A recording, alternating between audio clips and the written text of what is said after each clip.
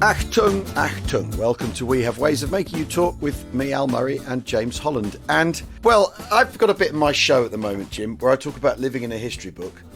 Yes. And how unpleasant that is and unremitting. And we are very much, this week, we find ourselves again grappling with stuff that will be in a history book eventually down the line, with the death of the Queen. And we thought what we'd do is just have a little look, by no means comprehensive, a look at the Queen in the Second World War and the role of the royal family and what happened, because it's all. Yes, and also the part that plays in shaping her. Yeah. And the reign that follows, I think. Yeah. I think it's and the role amazing. of the royal family and its position, its place in society, and the sort of template they kind of laid down during the war, that is the thing that they're still having to contain, really, isn't it? Yeah. Anyway, I think it's interesting because I was at the Oval yesterday for the non-cricket that didn't happen because of the rain, and all these rumours came along, and then suddenly, I was being called up saying, was I available to be a pundit and all this kind of stuff. So you kind of knew it was pretty serious, pretty eminent. And then I got home with my brother Tom, and he noticed there was a service of prayer for the Queen at St Bartholomew's at the hospital. Right. There's a really old church just opposite Spitalfields, and then there's a kind of the 18th century one. It was in the 18th century one. And he said, I really think we should go to that. It would be, I'm not a churchgoer at all, but I thought, okay, yeah, absolutely. And we were on the train on the overland from South London going up to Blackfriars when the announcement came through about 6:30 that the Queen had indeed died. So it was kind of amazing. And unbeknown to us, the people that were doing this, organising this service at St Bartholomew's, had quickly reprinted the service sheet, so that at the end of the service we all sang the national anthem with "God Save Our Gracious King." The King. Mm. And I suppose it was that moment that it really kind of hit me, and I just thought, crikey, it is the passing of one very, very long life, but it is a really momentous moment because because so much is shifting in our everyday life at the moment and cultural life, and she's just been with us forever, hasn't she? Yeah. I mean, all our lives. I was backstage at Folkestone Leescliffe Hall, where we got into the sort of prosaic business of, if the show goes ahead, what do we do? What do we frame? I had to look at my notes and look at my material in case there was anything that might need to be left out. We realised, and the interesting thing was, and I think this is how a lot of people might feel, we realised that although obviously this has always been coming, and this has been, we hadn't prepared for it at all. And we had no protocol, so to speak, in place for what happens. When do we do a minute's silence? Is there what's going to happen? What if the venue decides to cancel?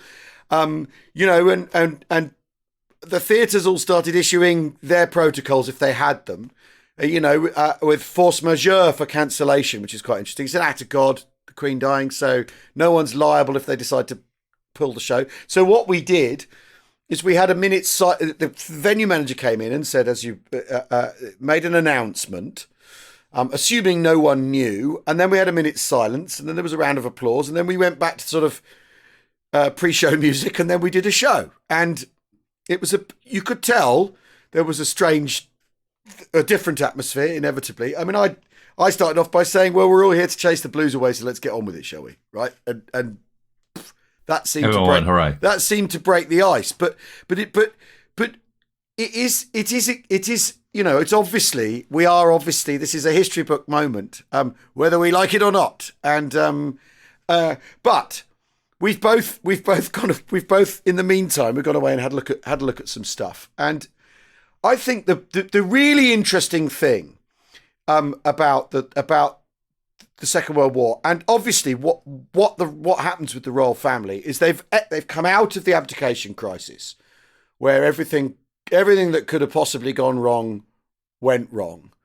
They've got there's clearly the political business of of extricating the royal family and the British establishment from that situation, and the fact that Edward had been extremely pally with the people who are now the enemy, and the idea that George VI is the symbol king. He's because the politicians obviously want to like make sure he doesn't get politically entangled beyond serving the country sort of passively, and yet the royal family then, their kids then become the two princesses become part of this symbolic thing, and their childhood sort of get locked into kind of 6-year aspic or 6-year stasis.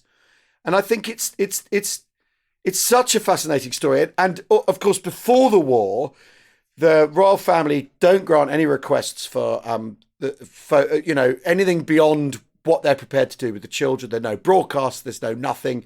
They turn down requests from American broadcasters to do broadcasts and all that sort of stuff. The New York Tribune had tried to get the Queen to do a broadcast for the National Children's Week in the US, and suggested it would be a good way of tidying things up post abdication, because after all, an American had been rejected by the British establishment. It's the one way of looking at it. And the royal family go, no. But then when the war comes, everything changes. Yeah, I think it's worth just going back to the foundations of all this, which I think are really important. So King George VI, the Duke of York is before, is such a different beast to the former Prince of Wales, who then becomes Edward VIII. Edward VIII is feckless. He's spoiled.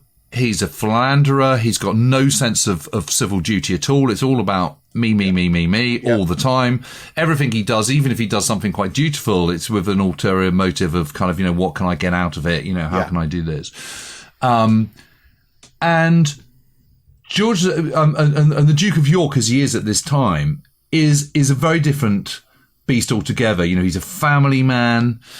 He gets married to Elizabeth Bowes-Lyon in the early 1920s, and what he wants is that solidity of a family life, of a cozy family life. He wants a quiet life, and he's banking on one, because he's not the heir; he's the spare. And he's been in the Navy in the First World War. He's been at sea. He's seen battles. What he wants is firm foundations, and he finds that with the Duchess of York, Elizabeth Bowes-Lyon.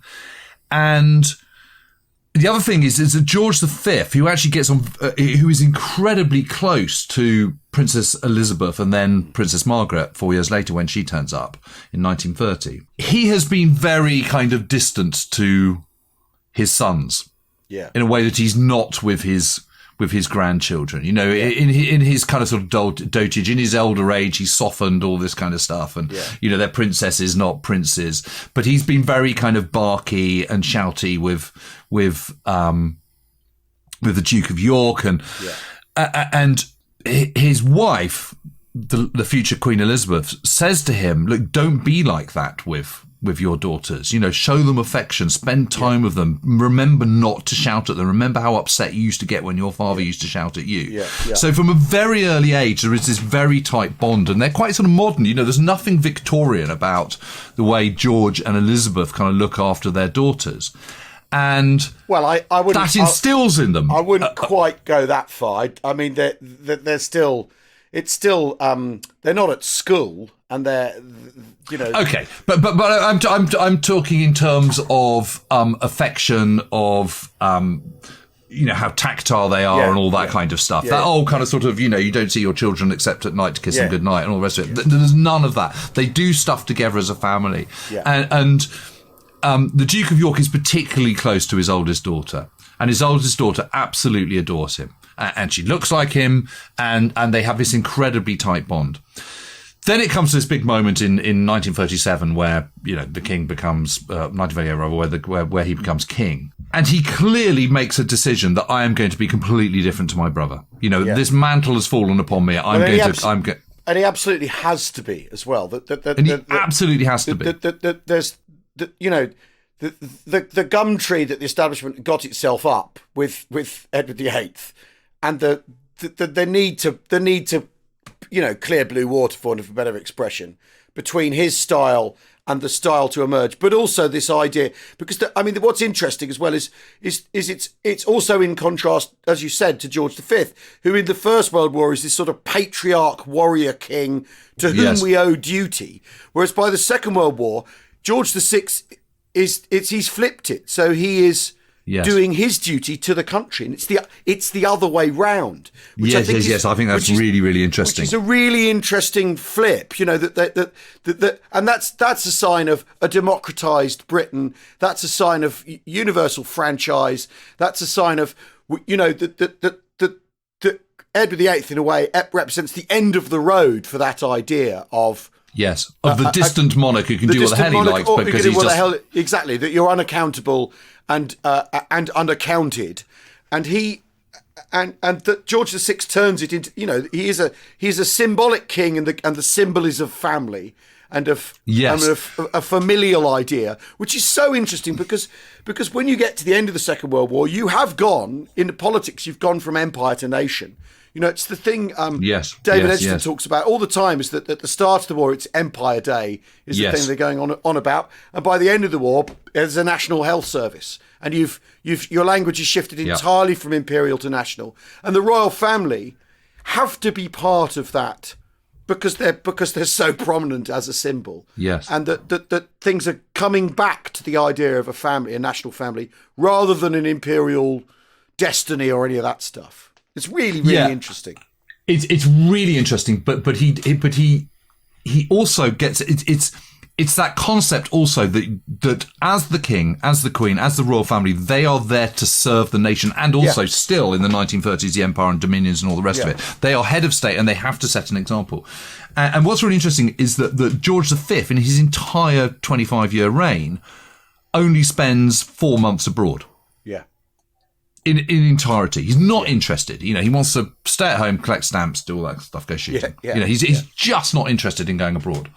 Doesn't like abroad. They're filthy foreigners and it's all very suspicious.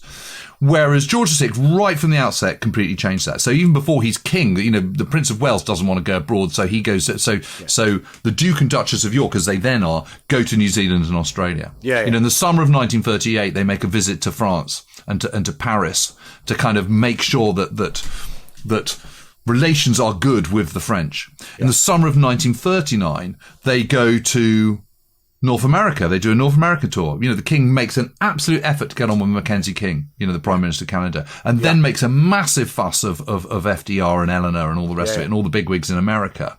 For precisely those reasons that you mentioned, that, Wallis Simpson is American, they've slightly been rejected, they're the old enemy, there's sort of been, from the 18th century, etc., etc. This is a kind of building bridges tour. But unlike any other monarch that's come before him, he's absolutely done his homework.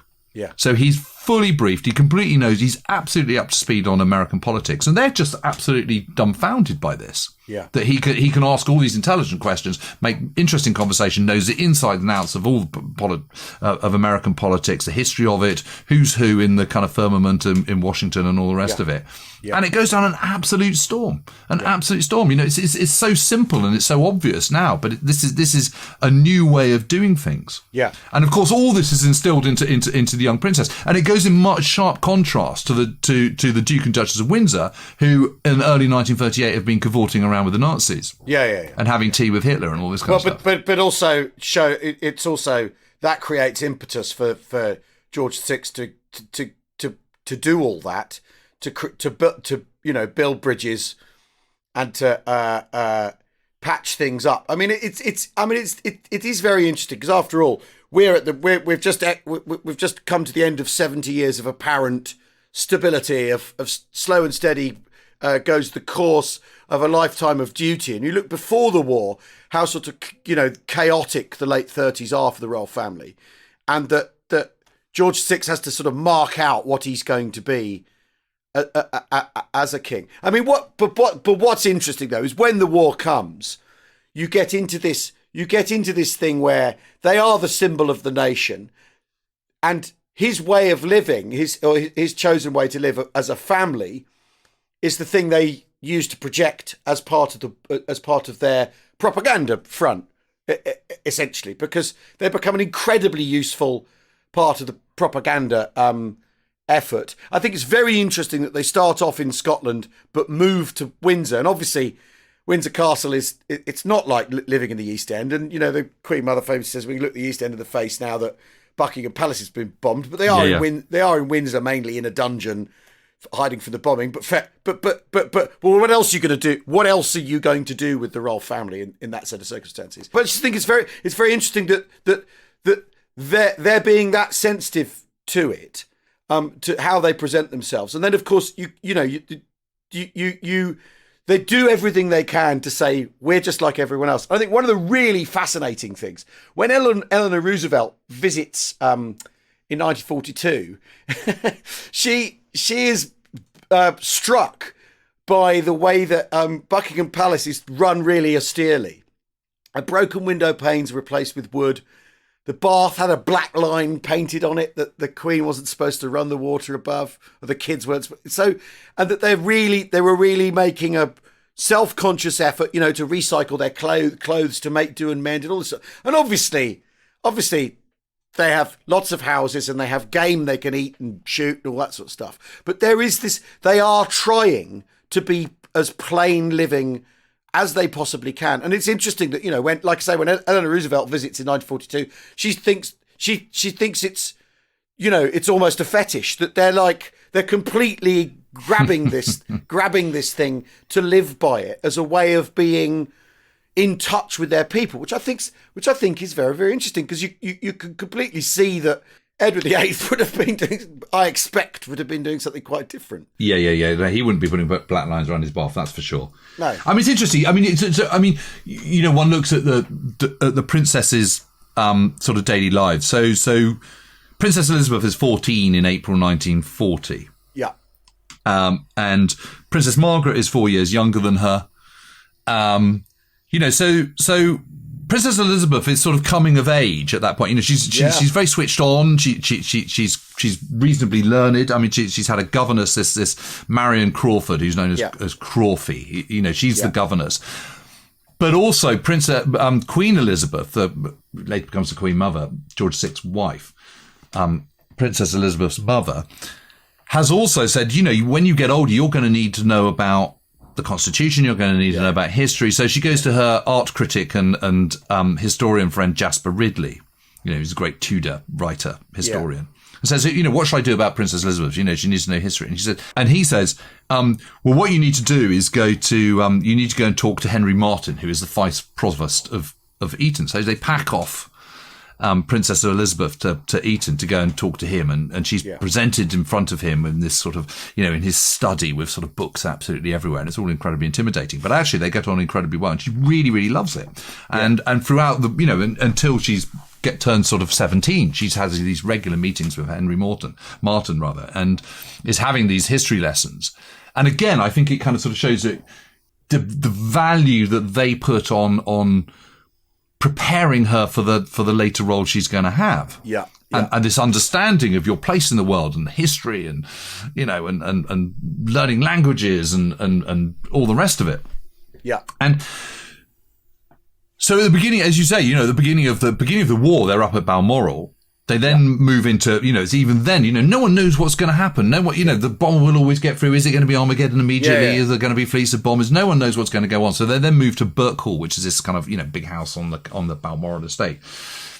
And they're separated from their parents for 4 months, because all during this time, the King and Queen are down at Buckingham Palace and in Windsor and, trying to kind of sort of get their head around what's going on in the war and everything. So it's not until Christmas of 1939 that they're reunited with their parents. And then the decision is made, actually, they need to go to Windsor. And they go initially to the kind of the Royal Lodge and then to Windsor Castle itself on the 12th of May as well. So once the invasion of the Low Countries has started, which I think is really, really interesting, that there must have been a feeling that, things were getting real, and it's because of the fear of it's not because of an imminent invasion. It's a fear of enemy paratroopers, right, coming in and doing a kidnap. That's what it is. But I mean, you know, that seems ridiculous now. But at the time, there is this, you can see there's this mounting panic. We've talked about it before. Wow, the Fallschirmjäger at The Hague who've been sent to capture the Dutch royal family to get the Dutch to capitulate. So, absolutely. So, you know, there it is. It's a method that the Germans have tried. I mean, you know, Prince Margaret apparently said we went for a weekend and stayed for 5 years. Is the thing with Windsor Castle. Yeah, exactly. It's a really good line. But then what happens is they become these sort of symbolic daughters in a sort of symbolic childhood, which must have been quite difficult for the Queen because she's 14. Like you say, she's coming of age. She's growing up. And they set up at Windsor. They set up a girl guide troop. Yeah, which is set up by Crawford, you know, the governors, and they have all these sort of local girls. So there's this local girl who was the son of a kind of sort of, you know, boiler cleaner. Yeah.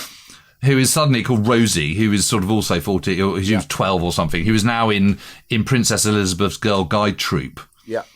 And being invited in for tea and kind of dancing lessons at the Royal Lodge, you know, beforehand, and then at Windsor Castle. I mean, you know, it's extraordinary, really. It's something which is so completely unthinkable, you know, a generation earlier. And it's a symbol of the kind of sort of the growing modernity of the royal family, of this site. You know, they're all in it together. And so, you know, because you're all in it together in the war together, that means you can also have dancing lessons and girl guides together as well. Well, and they project two sort of images, don't they? Where that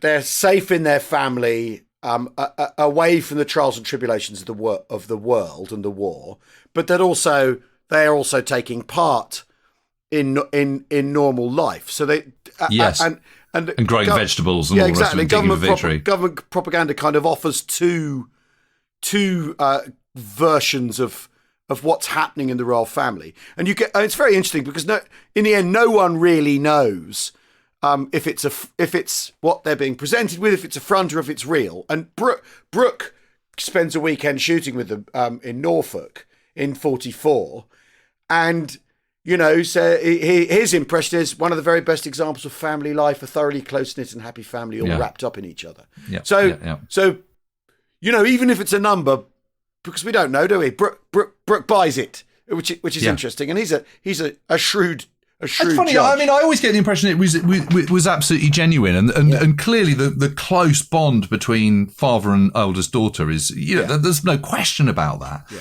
And it's interesting also that I think it's George V in his last Christmas does the first Christmas address. Yeah. Held at 3 p.m, so, you know, which is considered to be the best time for kind of, you know, the whole empire as a whole. But obviously public addresses then become part of the thing. And obviously it's something that George VI absolutely loathes doing because he's naturally shy. He's conquered his stammer a long time ago. So that's less of an issue. But he just doesn't like it. You know, he's a private man. He finds it very difficult.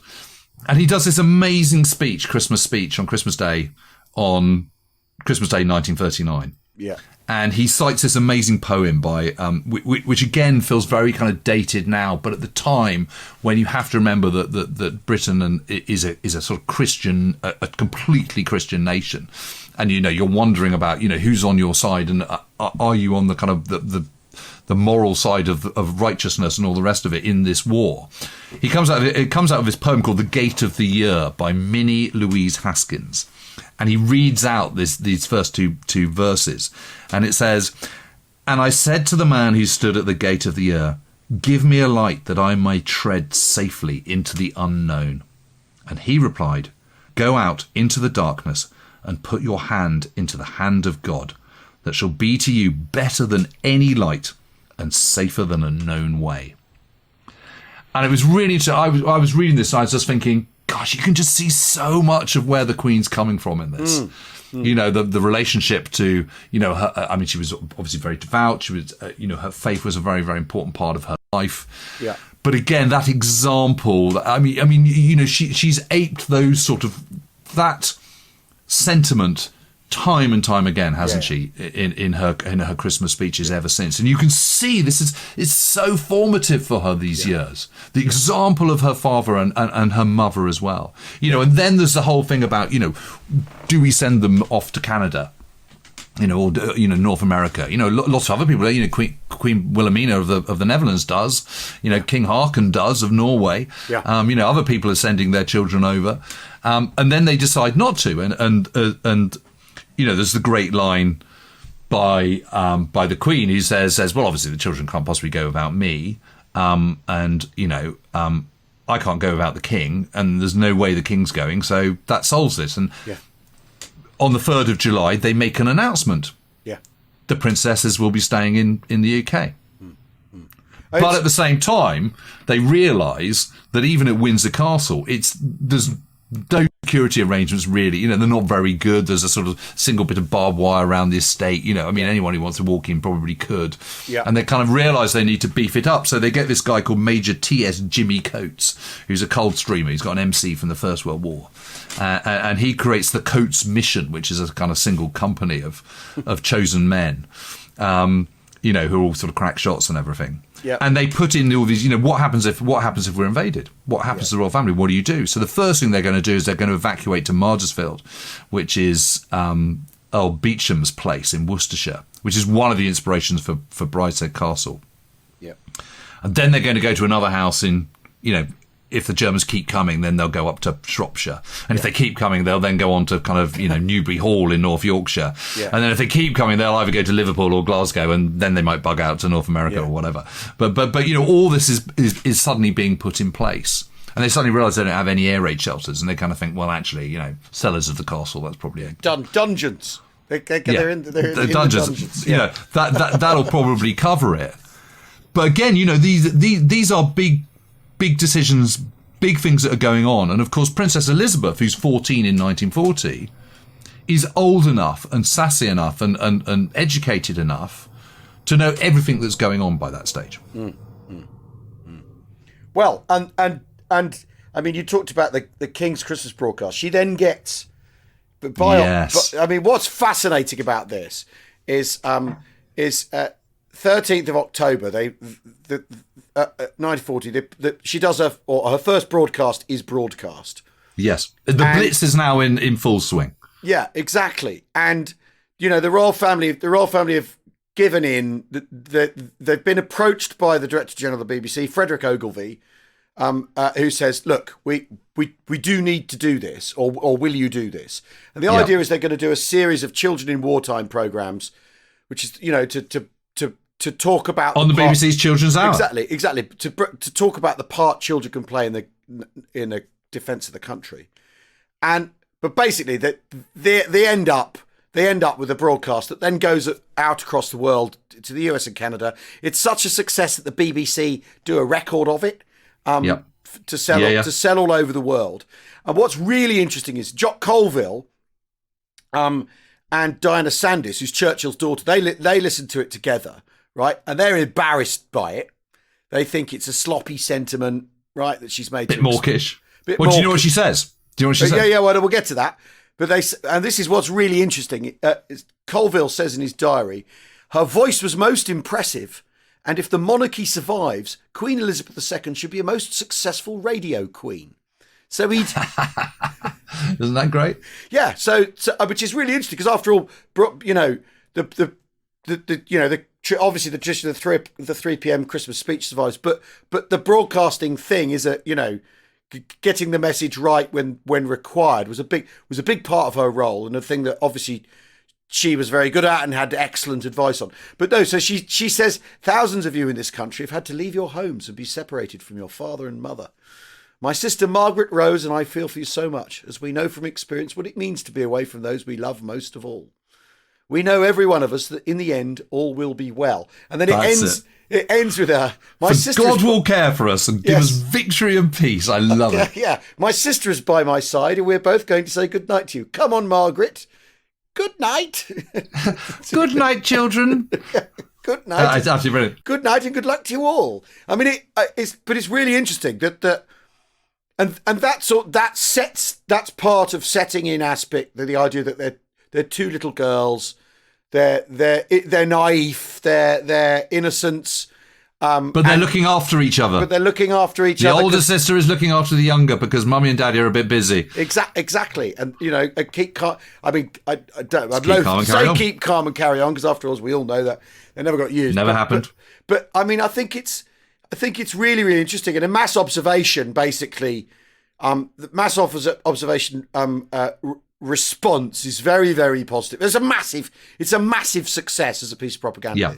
An incredible success. Mass observations full of people, saying if the Germans hurt the king or the queen will. It's all that's good and wholesome and decent, isn't it? Here's the family, the hardworking king, the queen by his side. They haven't left. The first bombs have fallen on Buckingham Palace on the 9th of September. I mean, the queen has even seen the first bomb land. She's actually seen it. And so it's quite close for comfort. Then they're kind of, wandering around the rubble of the East End and kind of being incredibly visual. Yeah. Meanwhile, they're kind of, their upstanding, gorgeous little daughters are kind of sort of sending out messages and looking out for one another. Yeah. I mean, it's just brilliant. And it's a kind of, it's the antithesis of kind of sort of evil Nazis with their kind of sort of show-offy kind of, frog marching and all the rest of it. Yeah. And Gestapo and sinister dark shadows. Yeah. And God will be on our side, and it's but again, I'm so struck by how everything that happens in these years and in the run up, you can see being so formative for the role she then takes on. The example set by her father of this absolute kind of monastic attention to duty and you are there to serve the nation, not the other way around. It's exactly what you were saying earlier. It's a total flip from the first World War. It couldn't be more different. The absolute importance of God and Christianity and the Church of England to your very fabric, and this concept of faith. And I think one of the things that she's evolved, obviously as her reign has progressed, is this notion that it is for her it's Christianity, but for other people it's faith. But the importance of faith in everyday life. Yeah. Yes, I mean it's interesting though, because they do then essentially sort of turn themselves over to propaganda, and they don't live a private life. They're being photographed an awful lot. And what's interesting is, and the photographs are a massive hit. They go all over the world. Yeah, stories about how sad she is that a pet chameleon has died, and that one of her corgis has died, and all this sort of stuff. Yeah. And then always these stories about how the Queen's looking after Princess Margaret, making she's all right, and her little sister and all this sort of stuff. I mean, it is fascinating that obviously they don't get they get this sort of modulated privacy. They're still going hunting and stag shooting, and she shoots her first stag, I think, in 1942, right? So again, because that's the other template in the royal family's life, isn't it? That they're a country family. They live in the country. They have their country pursuits that they do out of view. And there's horse riding and all that. Exactly. And then the duty end. She's sort of she's doing, by 1943, you've got her doing stuff like the Ministry of Works have her giving out prizes for, she gives out a prize to Welsh school children for the best essay in English and Welsh on metal salvage. She's starting to do the really boring stuff. The handshaking, the waving, the attending ceremonies, and cutting ribbons. Yeah, really, really boring things, And then she joins the army. Yeah. Well, because of course in April 1944 she turns 18. Yeah. Well, and there's a constitutional wrinkle at that time, because they discover that the Regency Act, that there's an heir presumptive problem in the Regency Act, and whether she can become queen or become royal council. There's a big argument about that. Someone points out that the law's wrong, and that she can't become she has to have a regent until she's 21, but can't be a royal. There's all this sort of complication about it. And the king says fix that. Goes to Attlee, goes to Churchill and Attlee the day that Husky starts, and says sort this out. There's a flaw in the Constitution, and if I want to go visit people, we need this fixed. which is really interesting. So, because the king then does go to Italy in July 44, and she takes over royal constitutional function in Britain. Which is quite a thing, isn't it? Well, doing assent to acts of parliament and all that sort of stuff.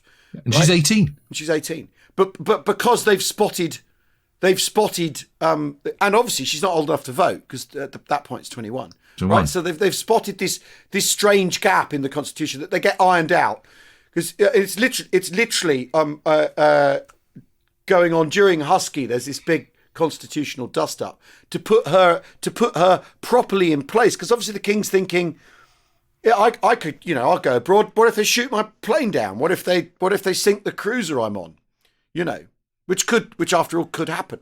And which did happen to lots of senior commanders. So yeah, exactly. It's not, exactly. It's not ridiculous at all. Well, we've talked enough about how dangerous flying is in the 1940s. Let alone people trying to shoot you down. So she's doing constitutional function in 1944 when he's away in Italy and signing off an act of parliament, giving and this is before she joins the ATS. ATS, yeah. Which is really interesting because like you say, they're a naval family, so it's quite interesting that she doesn't go into the Wrens. But joins the army and becomes a mechanic and a driver. Yeah. Gets her hands dirty. Yeah. Although goes home every night to Windsor, doesn't stay with the girls, so lives this half in, half out sort of existence, which I think is really interesting. But gets papped relentlessly during that, and you could easily describe it as that. It's the most she was ever photographed in her life up to that point. People just turning up all the time, But apparently, she said in later life it was the only time in her life she was ever measured according to her peer group. Could she learn how to do it? How good was she at it? Yeah. And they said, she's being treated like everyone else. She wasn't, but she did regard it because you can't possibly. Because you can't possibly, but she did regard it as the only experience in her life where she was going through the same rigors as other people in terms of what she had to learn. It wasn't special treatment in that regard, which I think is fairly interesting. And obviously, massive propaganda. The Queen in khaki is fantastic, and you see those photos. You can see why they made the absolute most of that, because it's a way of like I say, like being half in, half out. She's just she's doing what everyone else has done. But also, is this sense that you're sort of, you're mucking in with everybody else, whether it be kind of, 12-year-old Rosie, the working class girl in her Girl Guide troupe, or whether it's, the fellow girls in the ATS as they're kind of sort of changing gaskets in a Bedford. I mean, it's about sort of bringing the royalty's obviously still on a massive pedestal. Yeah. It's on this high plane, but it's about coming down to the people and being on a level. I mean, she's got a number like everyone else. She's 230873. Is that so? That's brilliant. Brilliant. There's one other thing that I think is really interesting is that in early 1938, when Anthony Eden resigns as Foreign Secretary, the then new king only discovers when he reads the Times, so no one's told him. Wow! And he's absolutely furious. And so he says from now on, on the same day, I want the minutes of every cabinet meeting. And he gets them and he reads them. And this is, again, something that the Queen has done ever since. Again, you see the example that he sets, which is a new example. That's the point. This is new. No other monarch has done this. Yeah, but you can see why politicians have frosted the royal family out of things after their experience of dealing with Edward VIII. I mean, of course, but they're dealing with an entirely different character with George VI, and this is my point. This is how he is completely, for someone who's so shy and so naturally shy and self-effacing, to have taken over from his feckless, useless brother, and who was just a sort of lying swine, to then. He's obviously consciously thought, right, I'm going to do this in a completely different, I'm going to do it a very different way from my father, who was remote and distant and really on a kind of different plane to his people. This sort of patriarchal kind of, grey-haired figure, to the feckless brother. He's completely changed how he's going to manage the monarchy. Yeah. But you can see that Princess Elizabeth, later Elizabeth II, absolutely just feeds off his example. Yeah. And that is because she has so much love and respect for him that she realises that this is the way to do it. This is what my life's about. It is about duty. It's about public service. But you wonder, had the war not come, the royal family wouldn't have been pitched into that role quite so emphatically, would they? Absolutely. And it's a way, it's the making of them for the next. Yeah. Well, it saves their bacon, basically, doesn't it? I think. I mean, it's very interesting though, because there's the fantastic story though that on VE Day of them going out into the crowds because they're all in uniform, apart from Margaret. Everyone's in uniform. So there's some guards officers, because she's been made colonel of the Grenadier Guards in 1943, I think, and sort of there's an event with 600 guardsmen and Tommy Handley at Windsor Castle. With him, he's the after dinner entertainment. She's their colonel. Sort of that relationship with the forces that she obviously enjoyed greatly. But they're allowed out with a police sergeant. Out into the crowds on the night of VE Day. It's absolutely amazing. And they go amazing, isn't it? They go up St James, round Piccadilly. Yeah. One of the according to Tommy they made a film about this, didn't they? Yeah, according to Tommy Lascelles, that's where they went. But there's someone else in the group says they went from Buckingham Palace to Parliament Square, Piccadilly, St James, Bennett Street, Berkeley Street, Park Lane, into the Ritz in Dorchester, before going across Green Park and back to the palace, and no one recognised her, which is amazing. Or supposedly no one recognised her. I mean, maybe there are a load of people thinking, "Shit, is that Queen? Is that the princess? Princess Elizabeth?" I mean, it's fascinating. Did you know that I if I did know, I'd forgotten it. That the king decided to keep a diary from the 3rd of September onwards until 1947. Every single day. And they're in the Royal Archives at Windsor. Wow. And, by special arrangement, one can go and see apparently them. they did it again on VJ Day as well. Oh, really? Yeah.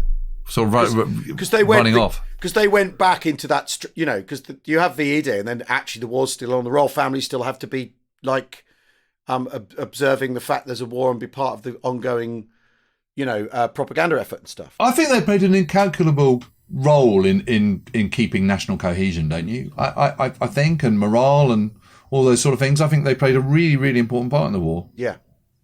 Well, I mean, you consider the sheer amount of people that George VI would have decorated. He would have hundreds of people every day, or stretches of hundreds of people to decorate. I mean, it must have been that exposure to what the war constituted in terms of personal sacrifice and bravery. They had no choice. Yeah. Did they? Is the thing. No. And this is always the thing with the royal family. Is I wouldn't trade places with any of them for a second, because your life is completely nailed down. You have no choice. You've no free will, as far as I can tell. It's as predestined. Obviously, you get to eat swan or whatever, but as predestined.